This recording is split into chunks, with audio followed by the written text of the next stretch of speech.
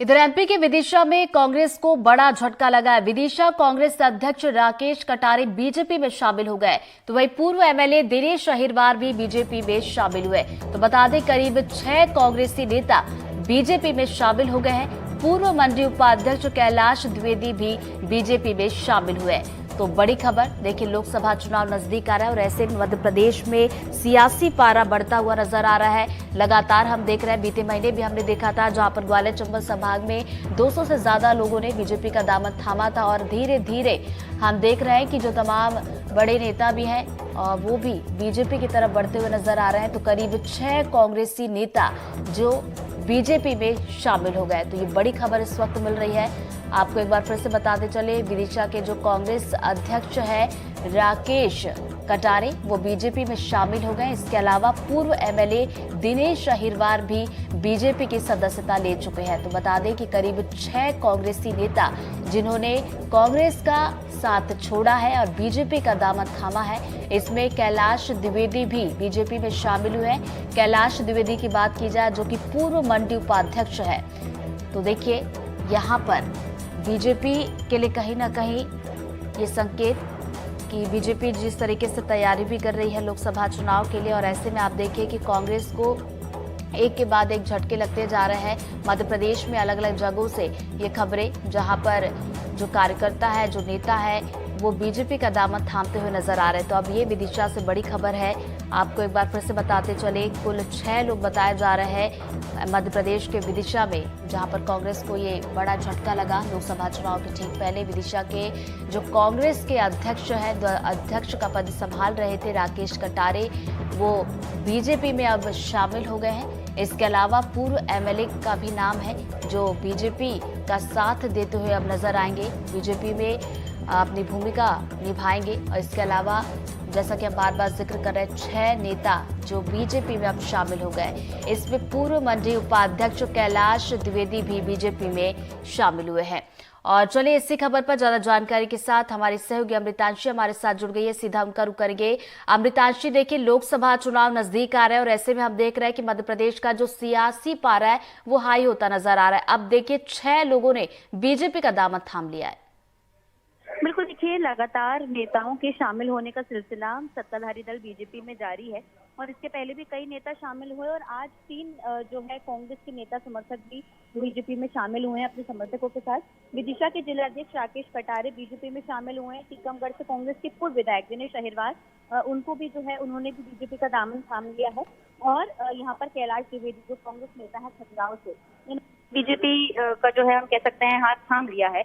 तमाम नेताओं को कांग्रेस से लाने की जो है एक तरीके से हम कह सकते हैं कि कड़ी बीजेपी ने शुरू कर दी है। और लोकसभा चुनाव के पहले कांग्रेस को ये जो झटके मिल रहे हैं, भले ये बड़े झटके ना हो, लेकिन कहीं ना कहीं जिस तरह से लगातार कांग्रेसियों के बीजेपी में शामिल होने का सिलसिला जारी है, ऐसे में देखिए कहीं ना कहीं समर्थकों में भी एक निराशा की लहर है, क्योंकि तमाम समर्थक हैं वो भी बीजेपी में आके शामिल हो रहे हैं। तो कांग्रेस की कहीं ना कहीं हम एक तरीके से कह सकते हैं कि थोड़ी बहुत यहाँ पर बीजेपी जो है भले ही कांग्रेस को एक तरीके से हम कह सकते हैं कि लोकसभा चुनाव के पहले झटके देने की कोशिश कर रही है। हालांकि इसमें अभी कोई बड़ा नाम नहीं है, लेकिन जिस तरीके से लगातार सिलसिला जारी है कि जो प्रदेश अध्यक्ष वी.डी. शर्मा, पूर्व मंत्री नरोत्तम मिश्र सभी की मौजूदगी में ये जो है नेता शामिल हुए हैं, कहीं ना कहीं मैसेज देने की कोशिश की जा रही है कि लोकसभा चुनाव के लिए बीजेपी तैयारियों में तो लगी हुई है, लेकिन जो कांग्रेस के नाराज या उदास नेता हैं उनको भी यहाँ पर बीजेपी में लाकर जो है शामिल करने की तैयारी हो रही है। जी अमृतांशी, ये जो नाराजगी है कार्यकर्ताओं की, नेताओं की, इसको कांग्रेस को दूर करना होगा, नहीं तो ऐसे तो लोकसभा चुनाव जैसे जैसे नजदीक आएंगे ऐसे में कांग्रेस को बड़ा नुकसान होगा। बिल्कुल, देखिए जाहिर सी बात है किसी भी नेता की नाराजगी कहीं ना कहीं भारी जरूर पड़ती है और कांग्रेस में अक्सर हमने देखा है बीजेपी कैडर बेस्ड पार्टी है, इसमें नाराजगी खुलकर सामने नहीं आती है, लेकिन कांग्रेस में अक्सर नाराजगी खुलकर सामने आती भी है तो उसको दूर नहीं किया जाता है। और अगर दूर नहीं किया जाता है तो देखिए इस तरह की चीजें होती हैं, नेता छोड़कर दूसरी पार्टियों का दामन थामना शुरू कर देते हैं। हमने विधानसभा चुनावों के दौरान भी देखा, अब लोकसभा चुनाव के दौरान अगर सभी समर्थकों के साथ ऐसे नेता बीजेपी में शामिल होंगे तो बीजेपी को थोड़ी बहुत तो देखिए एक पुश तो जरूर मिलेगा, जो कि बीजेपी के लिए फायदेमंद होगा, लेकिन कांग्रेस के लिए नुकसानदायक जरूर हो सकता है। जी चलिए, तो नजरें आप बनाए रखिएगा, आपसे आगे भी अपडेट लेते रहेंगे। अमृतांशी, फिलहाल बहुत बहुत शुक्रिया आपका तमाम जानकारी के लिए।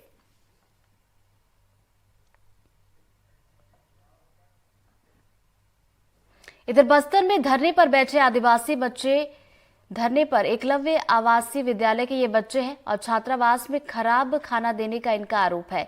तो छात्रों को समझाने में स्थानीय अधिकारी इस वक्त जुटे हुए हैं।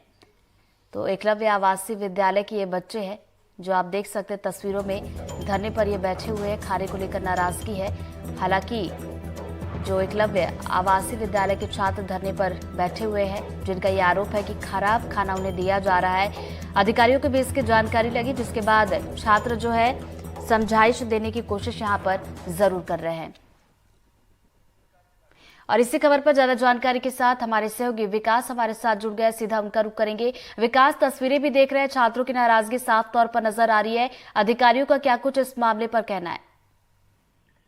देखिए, बहुत ही ये तकलीफदेह ये तस्वीर है। बस्तर में आदिवासी लगातार धरने पर हैं अलग अलग मांगों को लेकर, लेकिन अब जो आदिवासी छात्र हैं उन्हें भी सड़क पर धरना देना पड़ रहा है। और वजह ये है कि जो हॉस्टल और छात्रावास है वहाँ की जो अव्यवस्थाएं हैं उनको लेकर। आपको बताऊं कि बहुत ही अंदरूनी इलाकों के उन इलाकों के बच्चे हैं जो बेहद नक्सल प्रभावित इलाका माना जाता है। चांदामेटा और कोलिंग जैसे इलाके के बच्चे। सरकार कहती है कि शिक्षा को अगर बढ़ावा मिलेगा तो नक्सलवाद का खात्मा हो सकता है, और ये शिक्षा को बढ़ावा देने के लिए एकलव्य जैसे मॉडर्न स्कूल खोले गए हैं और उसमें रहने के लिए तमाम व्यवस्थाएं की गई हैं। लेकिन उन बच्चों के लिए क्या अव्यवस्था? बच्चे खाना साथ में लेकर आए हैं अपने साथ में। उस खाने को आप देखेंगे तो आपको तकलीफ होगा कि सरकार इतने पैसे खर्च करती है, करोड़ों रुपए बजट में देती है, लेकिन जमीन पे क्या पहुंचता है ये चावल, और वो भी इस तरह से जिसे आप जानवरों को भी ना खिलाएं, उसे हम आदिवासी बच्चों को खिला रहे हैं। और आज की घटना विकास, देखिए बड़ी बात यह है, जैसे कि तस्वीरें भी हम देख रहे हैं, बच्चे ये जो आरोप लगा रहे हैं, अगर ये सही आरोप है और जांच में भी अगर पाया जाता है कि खराबी खाना दिया जा रहा है, तो देखिए अधिकारियों के समझाने की नहीं बल्कि इस समस्या के समाधान की यहाँ पर ज्यादा जरूरत है। बिल्कुल, इसमें समाधान की आवश्यकता है। अब जब धरने पर बच्चे बैठे तो एसी ट्राइबल जो है अमित भाटिया, वो खुद मौके पर पहुंचे, बच्चों को उन्होंने समझाइश दी। जब पत्रकारों ने सवाल किया तो उन्होंने ये भी आश्वासन दिया कि तत्काल कार्रवाई की जाएगी। जो वहाँ के प्राचार्य है उन्हें निलंबित किया जाएगा, जो हॉस्टल के वार्डन है उन्हें निलंबित किया जाएगा, और साथ ही साथ आगे की ऐसी स्थिति ना बने इस पर विशेष तौर पर अब रूटीन चेकअप भी किया जाएगा अलग अलग जो छात्रावास है। इसका आश्वासन फिलहाल एसी ट्राइबल अमित भाटिया जी ने दिया है।